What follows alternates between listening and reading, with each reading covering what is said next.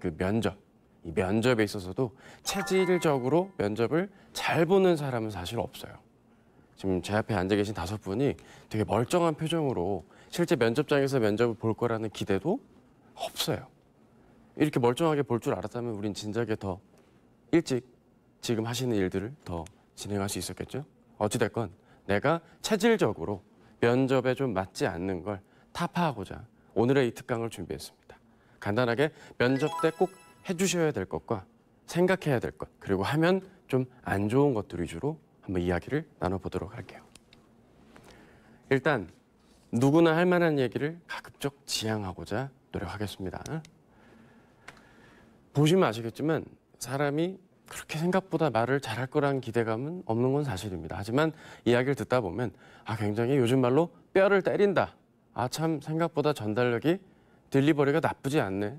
라는 나쁘지 않은 강의 진행해 보도록 할게요. 일단 구직하시는 상당수 그리고 경력이직을 원하시는 분들 그 업종이 공공기관이든 일반 사기업이든 할 거 없이 대부분 내 앞에 있는 취업이나 면접에 대해선 굉장히 여유가 많고 관대한 게 사실입니다. 하지만 실제로 많은 분들의 준비는 거의 되어 있지 않는, 그러니까 영어 가정법으로 치면 should not have pp. 그러니까 아픈 영어 공부겠지만 했어야 했는데 하지 못해서 유감인 상황들이 여러분들뿐만 아니라 여러분 주변의 많은 구직자분들에게 해당이 됩니다. 따라서 오늘 그러한 주제에 맞게 크게 3가지로 답변을 못하게 되는 원인부터 효과적으로 자기소개를 잘하는 것, 그리고 마지막으로 면접 때 하지 말아야 될 3가지 알아보는 시간으로 진행하려고 합니다. 일단 제 앞에 지금 앉아있는 여러분의 이 표정, 얘가 이제 전국의 멍때리기 대회 1회 우승자예요. 2회 우승자는 가수 크러쉬였고, 왜 이렇게 멍을 때릴 만큼 구직 활동하는 분들은 왜 이런 표정이 나올까를 단연강의 강의를 해보니까 느낀 바가 있습니다. 바로 불안하고 막연함 때문인 거죠. 왜 이렇게 나는 불안하게 취업과 면접에 대한 불만을 갖춰야 되는 건가? 요 이야기의 시작점에서 저는 몇 가지 좀 예를 좀 들어볼까 합니다. 우리가 만약에 오늘 저녁에 소개팅에 나간다고 가정을 합시다. 만약에 소개팅에 나간다면 화면에 보이는 메뉴 중에 어떤 메뉴로 소개팅 장소에서 소개팅 남 혹은 여와 메뉴를 정하고 식사를 해야겠습니까? 치킨? 평냉? 해장국밥? 뭘까요? 답변 감사하고요. 맞습니다. 정답은 다 아니죠. 당연히 깔끔하게 초밥을 먹어준다거나 스테이크처럼 입에 묻지 않는 깔끔함으로 적합하게, 소개팅이란 첫 만남 자리에 적합하게 메뉴가 정해져야 됩니다. 이 취업도 마찬가지입니다. 기업이 사람을 뽑을 때, 기관 안에서 근무할 구성원을 뽑을 땐 그 일에 적합한 사람을, 적합한 아이를 뽑으려고 한다는 거죠. 원시시대 때도요, 이 적합한 사람에 대한 채용은 있어 왔습니다. 훌륭한 선지자들이 사냥감을 잘 쫓는 인재라고 불렀습니다. 오늘날의 기업도 얼마나 이 회사와 직무와 기관의 성격에 맞게 적합한 아이인지를 보려고 면접 때 사람들에게 질문을 하고 적합도를 테스트 받게 됩니다. 단연간에 이런 구직 활동을 하시는 분들을 만나고 제가 느꼈던 건 면접 답변을 못하는 부류는 크게 3가지 부류입니다. 원래 말씀을 못하시는 분들이 계세요. 원래 좀 소극적이시고 원체 소심하셔서 남 앞에서 말하는 거가 어색하신, 사람은 좋은데 이게 어색한 거예요. 이 상황이 남 앞에서 말하는 게 부담되시는 분들. 2번째는 평소에는 말을 곧잘 하는데 막상 이렇게 좀 깔아놓으면 말을 못하는 분들이 계십니다. 대개 이런 분들은 자기가 그 자리에서 할 얘기거리가 없기 때문에 말을 좀 못하게 되는 경우가 있겠죠. 마지막으로는 연습 부족. 꾀를 많이 부리는 부류들이 되게 그러합니다. 여러분들은 이 중에 어느 쪽에 해당이 되실까요?